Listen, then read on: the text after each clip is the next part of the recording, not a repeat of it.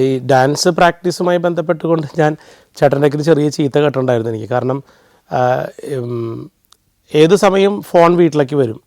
ചേട്ടനെ മറ്റുള്ള നടന്മാരെ പോലെയല്ല, നാനയിലും മറ്റ് സിനിമാ വാരികളിലൊക്കെ ചേട്ടൻ്റെ സ്വന്തം നമ്പർ കൊടുക്കും. അതിനിപ്പോൾ രസം എന്ന് വെച്ച് കഴിഞ്ഞാൽ ആദ്യകാലങ്ങളിൽ ചേട്ടൻ്റെ ഒരു PP നമ്പർ എന്ന് പറഞ്ഞിട്ട് തൊട്ടടുത്ത വീട്ടിലാണ് നമ്പർ കൊടുത്തിരുന്നത്. അപ്പോൾ അവിടേക്കൊക്കെ ഫോൺ സ്ഥിരമായി വന്ന് ശല്യമായി കഴിഞ്ഞപ്പോഴാണ് വീട്ടിലേക്കൊരു ഫോൺ കണക്ഷൻ ആ സമയത്ത് കിട്ടുന്നത്. അങ്ങനെ ഈ നമ്പർ ഞാൻ ഡാൻസ് പ്രാക്ടീസ് ചെയ്യുന്ന സമയത്ത് ഫോൺ വന്നു. അപ്പോൾ ഞാൻ കുറേ നേരം ഫോൺ അടിച്ച് ഹലോ പറഞ്ഞിട്ട് കേൾക്കുന്നില്ല. അങ്ങനെ ഈ ഫോൺ ഞാൻ മാറ്റി വെച്ചു. ഫോൺ എടുത്ത് ഞാൻ ഇങ്ങനെ വെച്ചു കഴിഞ്ഞിട്ട് ഞാൻ പ്രാക്ടീസ് ചെയ്യാം. അപ്പോൾ ഞാൻ പ്രാക്ടീസ് ചെയ്യുന്ന പാട്ട് മുഴുവനും ഈ ഫോണിലൂടെ അങ്ങോട്ട് കേൾക്കുന്നുണ്ട്. പക്ഷേ സംഭവം ഇത് കഴിഞ്ഞ് ഫോൺ കട്ട് ചെയ്ത് ഞാൻ എടുത്തു വെച്ചിട്ട് വീണ്ടും ഫോൺ എടുത്തപ്പോഴാണ് എനിക്ക് ഭയങ്കര ചീത്ത കേട്ടു. കാരണം ചേട്ടൻ തമിഴ്നാട്ടിൽ മമ്മൂട്ടിയുടെ ഒരു തമിഴ് ചിത്രമായിട്ട് മറുമലർച്ചി എന്ന് പറയുന്ന ഒരു ചിത്രത്തിൽ അഭിനയിച്ചിട്ട് ഒരു സ്ത്രീവേഷം കെട്ടിട്ട് പനയുടെ മുകളിൽ കയറുന്ന ഒരു സീനുണ്ടായിരുന്നു.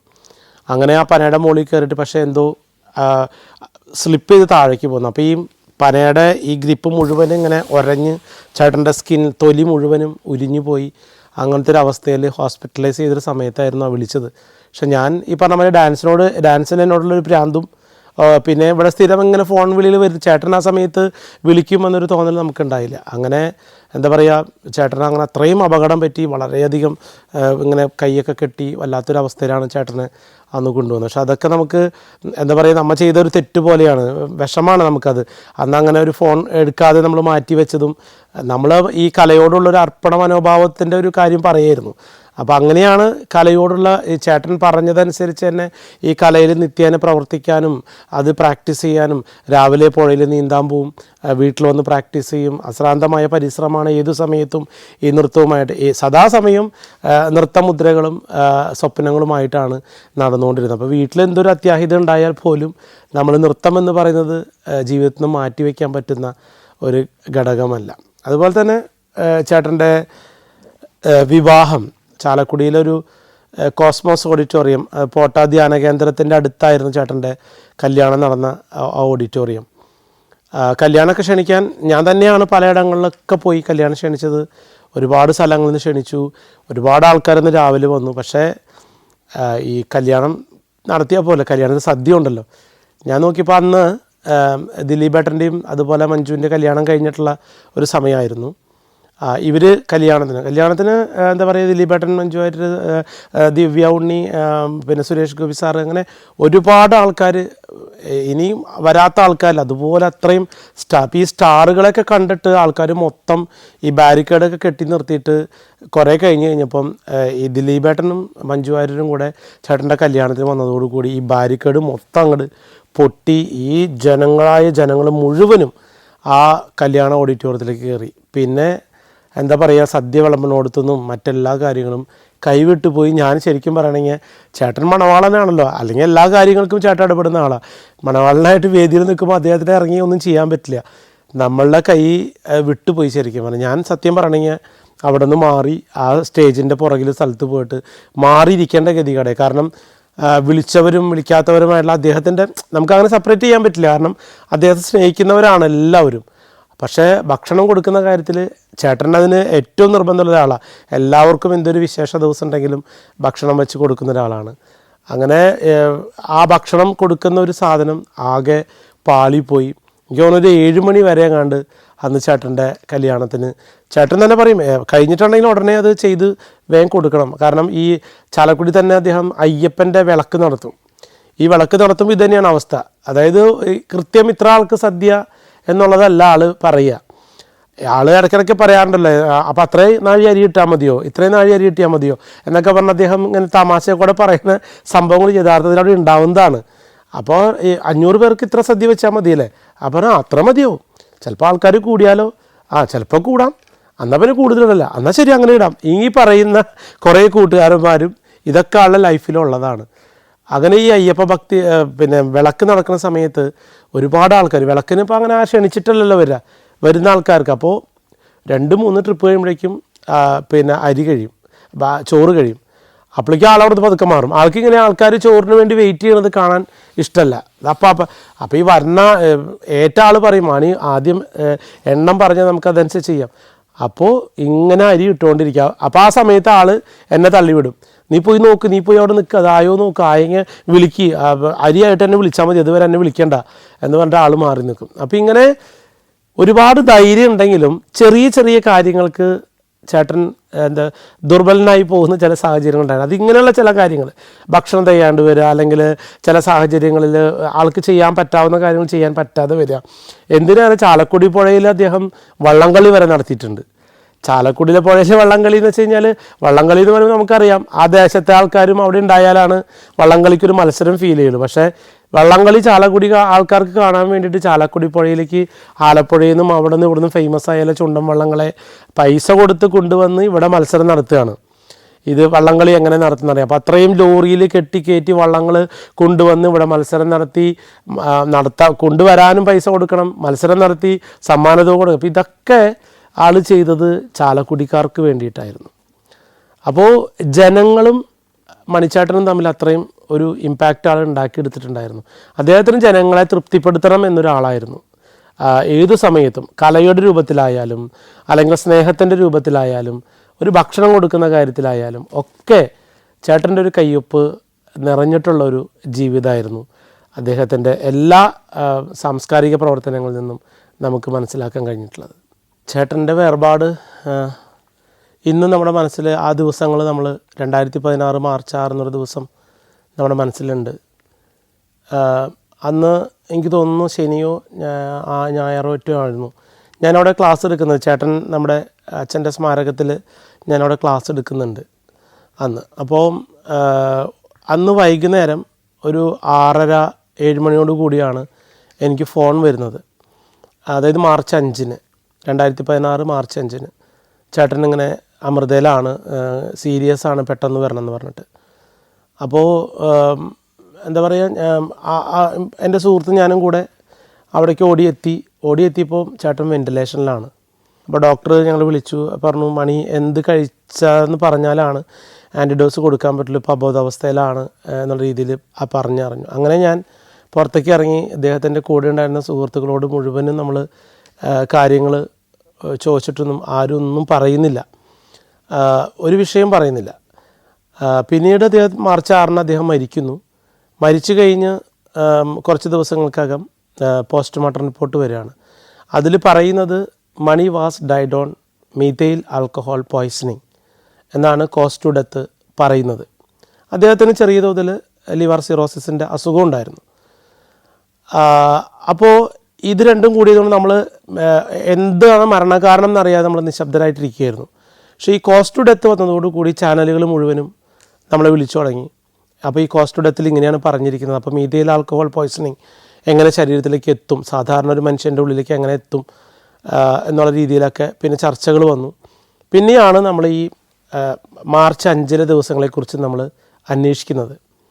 സാധാരണ നോർമലി ചേട്ടൻ ബിയറാണ് കഴിക്കാറ്. ഞാൻ പറഞ്ഞല്ലോ, കുട്ടിക്കാലം മുതലേ ചേട്ടൻ മദ്യപിക്കുകയോ പുകവലിക്കുകയോ ചെയ്യുന്ന ഒരാളല്ല. ഏകദേശം സിനിമയിൽ കയറി വളരെ കാലങ്ങൾക്ക് ശേഷമാണ് അദ്ദേഹം ഈ ബിയർ തന്നെ കഴിച്ചു തുടങ്ങിയെന്നാണ് എൻ്റെ ഓർമ്മയിലുള്ളത്.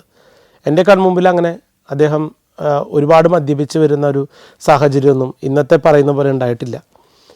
അങ്ങനെ ഇതിനെക്കുറിച്ച് അന്വേഷിച്ചപ്പോൾ ഞാൻ അറിഞ്ഞൊരു കഥ, അല്ലെങ്കിൽ അവിടെ ഏറ്റവും അടുത്തുണ്ടായിരുന്നൊരു വ്യക്തി എന്നോട് പറഞ്ഞത്, അദ്ദേഹം രാവിലെ ബിയർ ചോദിച്ചു മാർച്ച് 5-ന് രാവിലെ. അപ്പോൾ തലേ ദിവസം അവിടെ ഒരുപാട് ഗസ്റ്റുകളും മറ്റാളുകളും ഒക്കെ വന്നു പോയിരുന്നു. അപ്പോൾ അതിൻ്റെ പിറ്റേ ദിവസം രാവിലെയാണ് പിന്നെ ചേട്ടൻ ഇങ്ങനെ ബിയർ ചോദിച്ചപ്പോൾ ബിയർ എന്തോ ഉണ്ടായിരുന്നില്ല അവിടെ. അങ്ങനെ അവിടെ ഉണ്ടായിരുന്ന 2 പേര് പുറത്ത് പോയി പെപ്സി വാങ്ങിച്ചു കൊണ്ടുവന്ന് ഈ ബിയറും കുപ്പിയിൽ പെപ്സി ഒഴിച്ച് ബിയറാണെന്നും പറഞ്ഞിട്ടാണ് ചേട്ടൻ്റെ കയ്യിൽ കൊടുത്തെന്നും അദ്ദേഹത്തിന് കണ്ണിൻ്റെ കാഴ്ച പോയ പോലെ സാഹചര്യം ഉണ്ടാകുന്നു. അദ്ദേഹം നിലത്ത് കിടന്ന് ഉരുളുന്നു. ഒരുപാട് സംഭ്രമങ്ങൾ അദ്ദേഹം അവിടെ കാണിച്ചു. പക്ഷേ ഈ വിവരങ്ങളൊന്നും അവിടെയുള്ള ഒരാളും നമ്മളെ അറിയിക്കാനോ നമ്മളെ വീട്ടിലറിയിക്കാനോ ഒന്നും അവർ മുതിർന്നില്ല. അങ്ങനെ പിന്നെയാണ് പറയുന്നത്, അദ്ദേഹത്തിനെ ഹോസ്പിറ്റലിൽ കൊണ്ടുപോകുന്നതിന് വേണ്ടിയിട്ട് ബെൻസോഡൈസ്പിൻ എന്ന് പറയുന്ന പിന്നെ ഇത് കുത്തിവെച്ചു, സഡേറ്റ് ചെയ്തു അദ്ദേഹത്തെ. സുഹൃത്തായിട്ടുള്ളൊരു ഡോക്ടറാണത്, അദ്ദേഹത്തിൻ്റെ നേതൃത്വത്തിലാണ് അതവിടെ ഇഞ്ചെക്റ്റ് ചെയ്യുന്നത്. പക്ഷെ ഇതൊന്നും നമ്മളോട് പറയുന്നില്ല.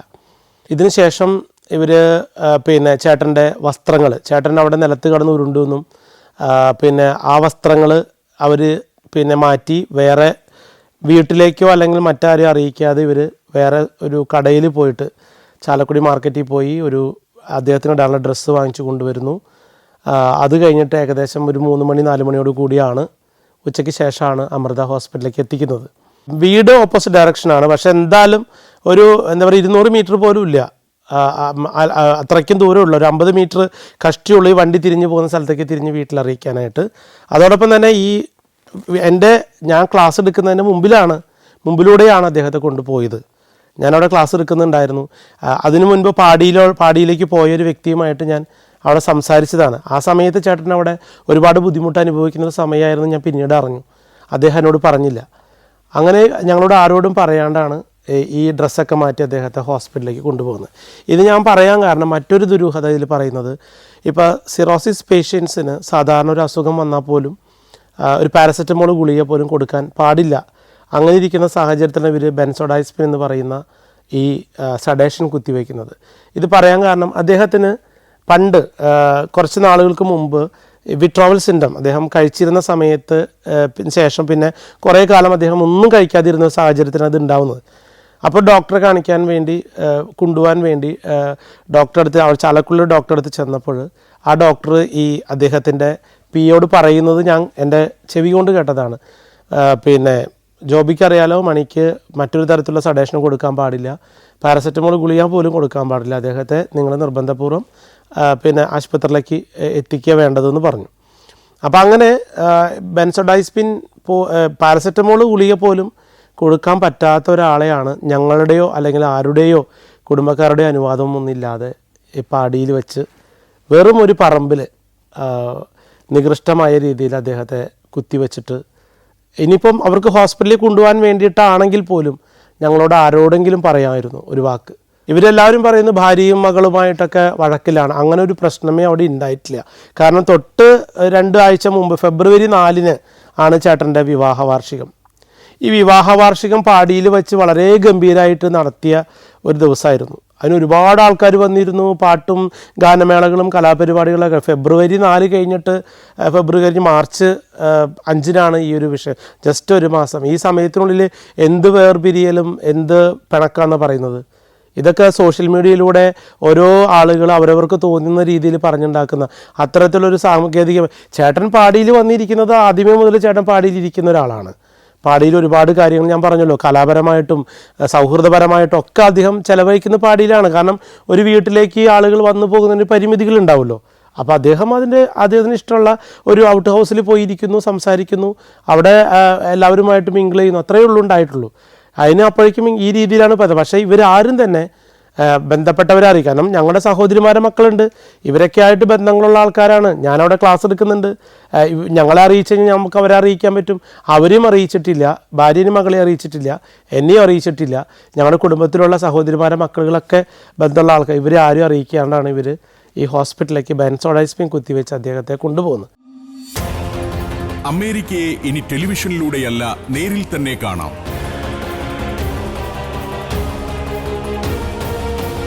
സഞ്ചാരം ഒരുക്കുന്ന 14 ദിവസം നീണ്ടു നിൽക്കുന്ന ഒരു അവിസ്മരണീയ യാത്ര.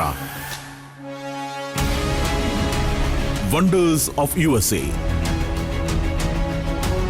സാൻ ഫ്രാൻസിസ്കോയിൽ നിന്ന് തുടങ്ങി Los Angeles, Las Vegas, Niagara Falls, Washington DC എന്നിവിടങ്ങളെല്ലാം പിന്നിട്ട് ന്യൂയോർക്കിൽ സമാപിക്കുന്ന ദീർഘമായൊരു അമേരിക്കൻ സഞ്ചാരം.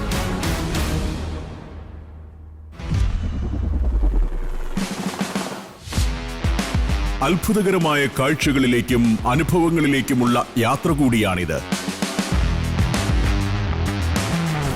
Golden Gate Bridge, Fisherman's Wharf, Universal Studios, Hollywood Walk of Fame, Hollywood sign, Las Vegas എന്ന ഉല്ലാസ നഗരം, Grand Canyon, Hoover Dam, Niagara Falls, White House, 9/11 memorial തുടങ്ങി 100 കണക്കിന് കാഴ്ചകൾ.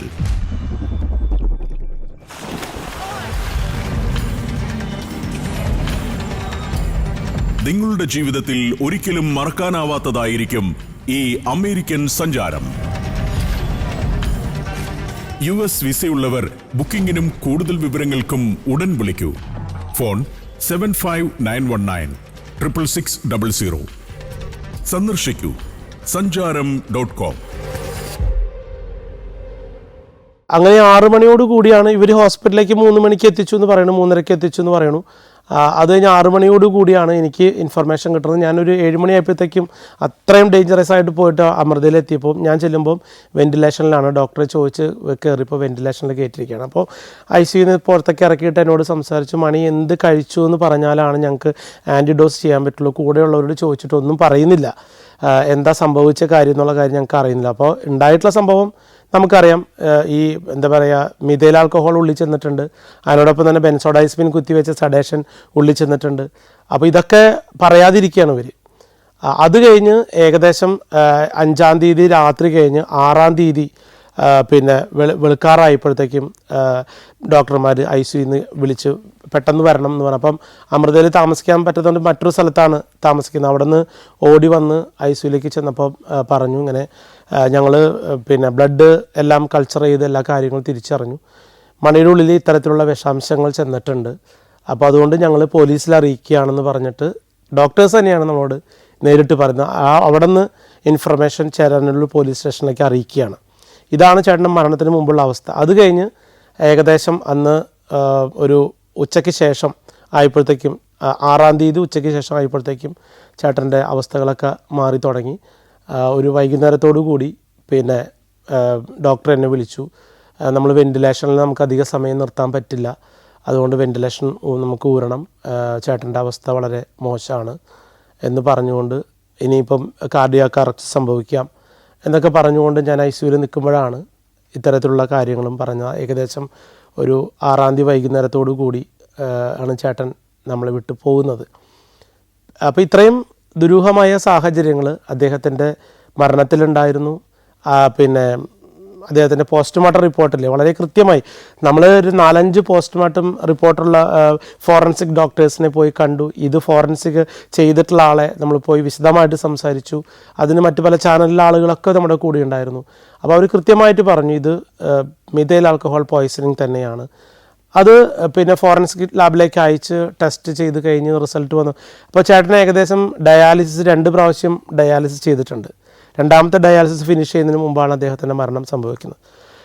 അതിനുശേഷമാണ് മരണം സംഭവിച്ച് പോസ്റ്റ്മോർട്ടം കൊടുത്ത ആ റിപ്പോർട്ടിലും അദ്ദേഹത്തിൻ്റെ ഉള്ളിൽ ഒരു സാധാരണ മനുഷ്യൻ്റെ ഉള്ളിലേക്ക് ചെന്നാൽ എത്താവുന്ന വിഷാംശത്തിൻ്റെ ഒരു പരിധിയിലപ്പുറം ഈ മിഥൈൽ ആൽക്കഹോളിൻ്റെ അംശം അദ്ദേഹത്തിൻ്റെ ബ്ലഡിലുണ്ടായിരുന്നു എന്നുള്ളതാണ് ഫസ്റ്റ് ഫോറൻസിക് റിപ്പോർട്ടിൽ കാക്കനാട് ലാബിൽ നമുക്ക് കിട്ടിയത്. അത് പിന്നീട് ഹൈദരാബാദ് ലാബിലേക്ക് അയച്ചു. അവിടെയും ഏകദേശം, കാരണം ഈ ടെസ്റ്റ് ചെയ്ത ബാക്കി കാര്യങ്ങൾ തന്നെയാണ് അയക്കുന്നത് കൊണ്ട് തന്നെ അതിൻ്റെ കുറച്ചും കൂടെ കുറഞ്ഞ അളവിലാണ് പിന്നീട് ടെസ്റ്റ് ചെയ്യുമ്പോൾ നമുക്ക് കിട്ടിയത്.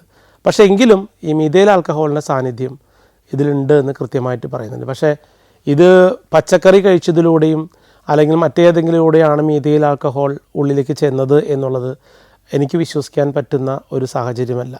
എന്തായാലും നമ്മൾ ആ മരണത്തോട് നമ്മൾ പൊരുത്തപ്പെട്ട് കഴിഞ്ഞു.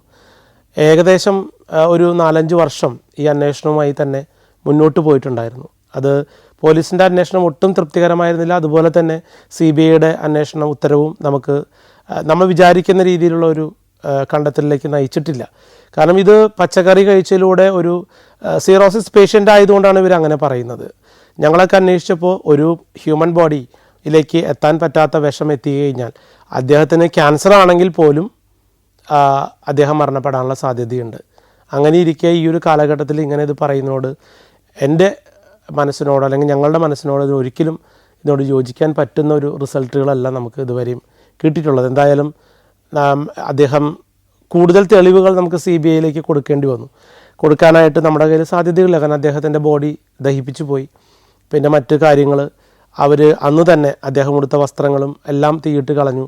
അവിടെ എല്ലാം അടിച്ചു കഴുകി വൃത്തിയാക്കി. അങ്ങനെയൊക്കെ ആയ സമയത്ത് നമുക്ക് പുതിയ തെളിവുകൾ, നമുക്ക് ആകെയുള്ള ഫോറൻസിക് ലാബ് റിപ്പോർട്ടുകളാണ് നമ്മുടെ കയ്യിലുണ്ട്. അത് വെച്ചിട്ടാണ് നമ്മൾ കോടതിയിൽ പോയി CBIയിലേക്ക് കേസ് എത്തിച്ചത്. നാളിതുവരെ ഒരുപാട് അനുഭവത്തിലൂടെയാണ് നമ്മൾ സഞ്ചരിച്ചത്. പക്ഷേ നമുക്കറിയാം ഇത് കൃത്യമായിട്ടുള്ള എന്തോ ഒരു ദുരൂഹത ഇതിലുണ്ട് തന്നെയാണ് ഞങ്ങൾ ഇപ്പോഴും ഉറച്ച് വിശ്വസിക്കുന്നത്. കൃത്യമായി അദ്ദേഹത്തിന് ഒരു ട്രീറ്റ്മെൻറ്റ് സമയത്തിന് അദ്ദേഹത്തെ ഹോസ്പിറ്റലിൽ എത്തിക്കുകയായിരുന്നെങ്കിൽ, അല്ലെങ്കിൽ ഇത്തരത്തിലുള്ള ഒരു സഡേഷനൊന്നും കൊടുക്കാതെ അദ്ദേഹത്തെ അവിടെ എത്തിക്കുകയായിരുന്നെങ്കിൽ അദ്ദേഹത്തെ ജീവിതം നമുക്ക് തിരിച്ചു പിടിക്കാമായിരുന്നു. കാരണം അദ്ദേഹത്തിന് എന്ത് കൊടുക്കാനും നമ്മൾ തയ്യാറാണ്. അദ്ദേഹത്തിന് എന്താ കരൾ വേണമെങ്കിൽ അത് മാറ്റി വയ്ക്കാനോ അല്ലെങ്കിൽ മറ്റെല്ലാ കാര്യങ്ങൾക്കും എന്തിനും തയ്യാറായിട്ട് ഞങ്ങളെല്ലാവരും ഉണ്ടായിരുന്നു. പക്ഷേ അതൊന്നും അറിയാൻ പറ്റാത്തൊരു സാഹചര്യത്തിലേക്ക് എത്തിയിട്ടാണ് അദ്ദേഹം ഹോസ്പിറ്റലിലേക്ക് എത്തുന്നത്. അപ്പോൾ ഇത്രയും കൃത്യമായി നിരീക്ഷണം നടത്തിയിട്ടാണ് നമ്മൾ ഒരു ദുരൂഹമായ കാര്യത്തെ ചൂണ്ടിക്കാണിക്കുന്നത്. അല്ലാതെ അദ്ദേഹത്തിൻ്റെ മരണത്തെ ഒരുപാട് പേരെ നമ്മൾ കുറ്റം പറയാനോ, അല്ലെങ്കിൽ ഞങ്ങൾ ഇതുവരെയും ഒരു വ്യക്തി അദ്ദേഹത്തെ ഉപദ്രവിച്ചു എന്നോ അല്ലെങ്കിൽ ഒരു വ്യക്തിയാൽ അദ്ദേഹം മരണപ്പെട്ടു എന്ന് നമ്മൾ പറയുന്നില്ല. അദ്ദേഹത്തിൻ്റെ മരണ സാഹചര്യം ഏറെ സംശയാസ്പദമായൊരു സാഹചര്യമായിരുന്നു. അല്ലെങ്കിൽ അത് പോസ്റ്റ്മോർട്ടം റിപ്പോർട്ടുകൾ അത്തരത്തിലുള്ളതായിരുന്നു എന്നുള്ളത് കൊണ്ടാണ് അത്തരം ദുരൂഹമായ സാഹചര്യങ്ങളെ നമ്മൾ ചൂണ്ടിക്കാണിക്കുന്നത്. ചേട്ടന് സിറോസിസ് പേഷ്യൻ്റ് ആണെന്ന് ഞാൻ അറിയുന്നത് പിന്നെ ഈ വിട്രോവൽ സിൻഡം ഉണ്ടായ സമയത്ത് അദ്ദേഹത്തിനെ ഹോസ്പിറ്റലിലേക്ക് കൊണ്ടുപോയ സമയത്താണ്, അമൃതയിൽ ചെല്ലുമ്പോഴാണ്. പക്ഷേ ഈ സമയത്തും ഈ സുഹൃത്തുക്കളായിട്ടുള്ള ആളുകൾ ഈ ഡോക്ടറോട് എനിക്ക് സംസാരിക്കാനോ അല്ലെങ്കിൽ ഡോക്ടറുമായിട്ട് ബന്ധപ്പെടാനോ എനിക്കൊരു സാഹചര്യം അവിടെ ഉണ്ടായിട്ടില്ല. ഞാനവിടെ പുറത്ത് പോയി നീ കയറണ്ട, അകത്തേക്ക് കയറണ്ട, നീ ഇവിടെ നിന്നോ, ഞാൻ നിർബന്ധിച്ചിട്ട് പോലും എന്നെ കാണാനായിട്ട് സാധിക്കും. പക്ഷേ ഈ അസുഖം ഉണ്ടെന്നും ചേട്ടൻ അതിന് മരുന്ന് കഴിക്കുന്നുണ്ടെന്നുള്ള കാര്യം കൃത്യമായിട്ട് അറിയാമായിരുന്നു. പക്ഷേ ഇവിടെ ഇങ്ങനെ പല പല കാരണങ്ങൾ കൊണ്ട് ഇങ്ങനൊരു സിറ്റുവേഷൻ, അതായത് മറ്റുള്ളവർക്ക് മദ്യം കഴിക്കാൻ വേണ്ടിയിട്ട് പോലും അവിടെ പല പല സിറ്റുവേഷൻസും ക്രിയേറ്റ് ചെയ്യുന്ന ചില സാഹചര്യം ഉണ്ടായിരുന്നു. ആ ഒരു സാഹചര്യം ചോദിച്ചതിൻ്റെ പുറത്താണ് ഞാൻ പറഞ്ഞത് ചെറിയൊരു ഈ സുഹൃത്തുക്കളോട് കച്ചപിച്ച ഉണ്ടാക്കേണ്ടി വന്നു എനിക്ക്. അവിടെയാണ് അപ്പോൾ ചേട്ടൻ അവരെ ചീത്ത പറഞ്ഞപ്പോഴാണ് ചേട്ടൻ എന്നെ ചീത്ത പറഞ്ഞത്. അതിനൊക്കെ വളരെ മോശമായിട്ടുള്ള രീതിയിലാണ് ഇവർ സംസാരിക്കുന്നത്. ചേട്ടൻ ഇത് വേണ്ട എന്ന് വെച്ച് മാറിയിരുന്നാലും അദ്ദേഹത്തെ ഇതിലേക്ക് കൊണ്ടുവരാൻ പ്രേരിപ്പിക്കുന്ന കുറേ ചില കാര്യങ്ങളൊക്കെ അവിടെ നടന്നിരുന്നു എന്നുള്ളതാണ് വാസ്തവം. നമ്മൾ അറിഞ്ഞത് അങ്ങനെ തന്നെയാണ്. അദ്ദേഹത്തിൻ്റെ ഫിനാൻസ് എനിക്ക് തോന്നുന്നു കൃത്യമായിട്ട് അങ്ങനെ എന്താ പറയുക, സിനിമയിൽ അഭിനയിച്ച ഫിനാൻസുകളൊക്കെ അദ്ദേഹത്തിൻ്റെ ഭാര്യയുമായിട്ടും അതുപോലെ തന്നെ മറ്റു കാര്യങ്ങളൊക്കെ ആയിട്ട് ചെയ്തിരുന്നു. പക്ഷേ അതിനപ്പുറത്തേക്ക് അദ്ദേഹത്തിന് പരിപാടികൾക്ക് പോകുന്ന കാര്യങ്ങളും മറ്റ് ഫിനാൻസ് കാര്യങ്ങളൊക്കെ കൃത്യമായിട്ട് എന്താണ് നടന്നത്. പല സമയത്ത് അവിടെ പൈസ മോഷണം പോയിട്ടുണ്ടെന്നും അല്ലെങ്കിൽ പൈസ കാണാനില്ലെന്നൊക്കെ പറഞ്ഞ് ചെറിയ ചെറിയ ഇഷ്യൂസുകളൊക്കെ ഉണ്ടായിട്ടുണ്ട്. പലവർക്കും പൈസ കടം കൊടുത്തിട്ടുണ്ടെന്ന് അറിയുന്നു. ചേട്ടൻ മരിച്ചതിന് ശേഷം പല കോൾസുകൾ നമുക്ക് വന്നിരുന്നു. അതിലൊക്കെ അദ്ദേഹത്തിന് പലയിടങ്ങളിലും സ്ഥലങ്ങളുണ്ടായിരുന്നു എന്ന് പറയുന്നു. സാമ്പത്തികമായിട്ട് പലവർക്കും കൂടുതൽ കൊടുത്തിട്ടുണ്ടെന്ന് അറിഞ്ഞു. പക്ഷെ ഡയറക്റ്റ്ലി നമുക്കിതൊന്നും അറിയാൻ കഴിഞ്ഞിട്ടില്ല. പക്ഷെ മറ്റു പലരിലൂടെയും അവിടെ ഉണ്ടായിരുന്ന കുറേ അടുത്ത് നിൽക്കുന്ന ആളുകളുമായിട്ട് സംസാരിച്ച് നമ്മൾക്ക് വിവരം തന്നവർ പറഞ്ഞത് ഇത്തരത്തിൽ പലവരുടെയും കയ്യിലും സാമ്പത്തികം അദ്ദേഹത്തിൻ്റെ ഉണ്ട് എന്നാണ് നമുക്ക് അറിയാൻ കഴിഞ്ഞത്. പക്ഷേ പിന്നീട് എനിക്ക് തോന്നുന്നു നമ്മൾ ഈ കേസുമായൊക്കെ മുന്നോട്ട് പോയപ്പോൾ അവരൊക്കെ നമുക്ക് ഓപ്പോസിറ്റ് ആവുകയും നമ്മളെ വളരെ മോശമായ രീതിയിൽ, അത് നേരെ തിരിച്ച് നമ്മൾ സാമ്പത്തികം തട്ടിയെടുക്കാൻ വേണ്ടിയിട്ടാണ് ഇതൊക്കെ ക്രിയേറ്റ് ചെയ്യണമെന്ന രീതിയിൽ സംസാരിക്കുകയും ഒക്കെ ഉണ്ടായത് വളരെയധികം മാനസികമായിട്ട് വേദനിച്ചു. നമുക്ക് മണിച്ചേട്ടൻ എങ്ങനെ പോയി എന്നുള്ളതാണ് നമുക്ക് അറിയേണ്ടിയിരുന്നത്. അതല്ലാതെ ജീവിച്ചിരിക്കുമ്പോൾ പോലും സാമ്പത്തികമായിട്ടൊരു ആവശ്യങ്ങൾക്കും ചെല്ലാത്തൊരു വ്യക്തിയാണ് ഞാൻ. അപ്പോൾ അത്തരത്തിൽ ഇങ്ങനെയൊക്കെ പറഞ്ഞുണ്ടാകുമ്പോൾ നമുക്ക് വളരെയധികം വിഷമങ്ങളിലേക്ക് പോയിട്ടുണ്ട്. പക്ഷേ എങ്കിലും നമ്മൾ ഈ എന്താ പറയുക പോസ്റ്റ്മോർട്ടം റിപ്പോർട്ട് വെച്ചിട്ടാണ് അദ്ദേഹത്തിൻ്റെ ഈ കേസിനെ കണ്ടത്. അതല്ലാതെ നമ്മൾ വെറുതെ ഒരു വായുവിൽ നിന്നും കഥ പറഞ്ഞുണ്ടാക്കി അവതരിപ്പിക്കുന്ന രീതിയിലല്ല നമ്മളത് ചെയ്തത്. കൃത്യമായി ഫോറൻസിക് ഡോക്ടേഴ്സിനെയും മറ്റുള്ളവരെയും ഫോറൻസിക് റിപ്പോർട്ടും ഇപ്പോഴൊക്കെ നമ്മുടെ കയ്യിൽ സൂക്ഷിച്ച് വെച്ചിട്ടുണ്ട്. അത് വെച്ചിട്ട് തന്നെയാണ് നമ്മൾ ഈ അന്വേഷണം വേണമെന്ന് നമ്മൾ കുടുംബം ആവശ്യപ്പെട്ടത്. അത് ഒരു പൊതുസമൂഹത്തിൻ്റെ ആവശ്യം തന്നെയാണ്. നമ്മൾ ഒരു അനുജനായിട്ടുള്ള, നേരത്തെ പറഞ്ഞ പോലെ അദ്ദേഹത്തിന് ഒരു പ്രായപൂർത്തിയായ മകനോ മറ്റാരെങ്കിലും ഉണ്ടെങ്കിൽ അതിൻ്റെ ആവശ്യം ഞാൻ ഇടപെടേണ്ട എങ്കിലും ഒപ്പം നിൽക്കും. പക്ഷേ എല്ലാ പൊതുജനത്തിനും വേണ്ടി അദ്ദേഹത്തിൻ്റെ മരണം എങ്ങനെയായിരുന്നു എന്നുള്ളതിന് വേണ്ടിയിട്ടാണ് നമ്മൾ കൃത്യമായിട്ടുള്ളൊരു അന്വേഷണം നമ്മൾ ആവശ്യപ്പെട്ടത്. കലാരംഗത്ത് ഉയരത്തിലെത്താൻ വേണ്ടി പഠിക്കുകയും ആഗ്രഹിക്കുകയും ഒക്കെ ചെയ്ത ഒരാൾക്ക് ഇങ്ങനെ ഒരു കള്ളൻ എന്നുള്ളൊരു പേര്, നമ്മൾ ഒരു സമൂഹത്തിൽ നമ്മൾ കള്ളനാക്കപ്പെടുന്ന ഒരു സാഹചര്യം ഉണ്ടായപ്പോൾ എനിക്ക് അന്ന് ആ സമയം എൻ്റെ കണ്ണിലേക്ക് ആകെ ഇരുട്ട് കയറുന്ന ഒരു ഫീൽ ഉണ്ടായിരുന്നു. അങ്ങനെയാണ് എന്താ പറയുക, ഇത്രയും പഠിച്ചൊരു സർട്ടിഫിക്കറ്റ് കൊണ്ട് നമുക്കൊരു പെർഫോമൻസ് ചെയ്യാൻ ഉപകാരമില്ലെങ്കിൽ പിന്നെ ഈ സർട്ടിഫിക്കറ്റ് കൊണ്ട് എന്ത് ഉപകാരം എന്നൊരു തോന്നൽ വന്നതുകൊണ്ട് തന്നെ ഒരു സൂയിസൈഡ് അറ്റംപ്റ്റ് ചെയ്യേണ്ട ഒരു സാഹചര്യം ഉണ്ടായി.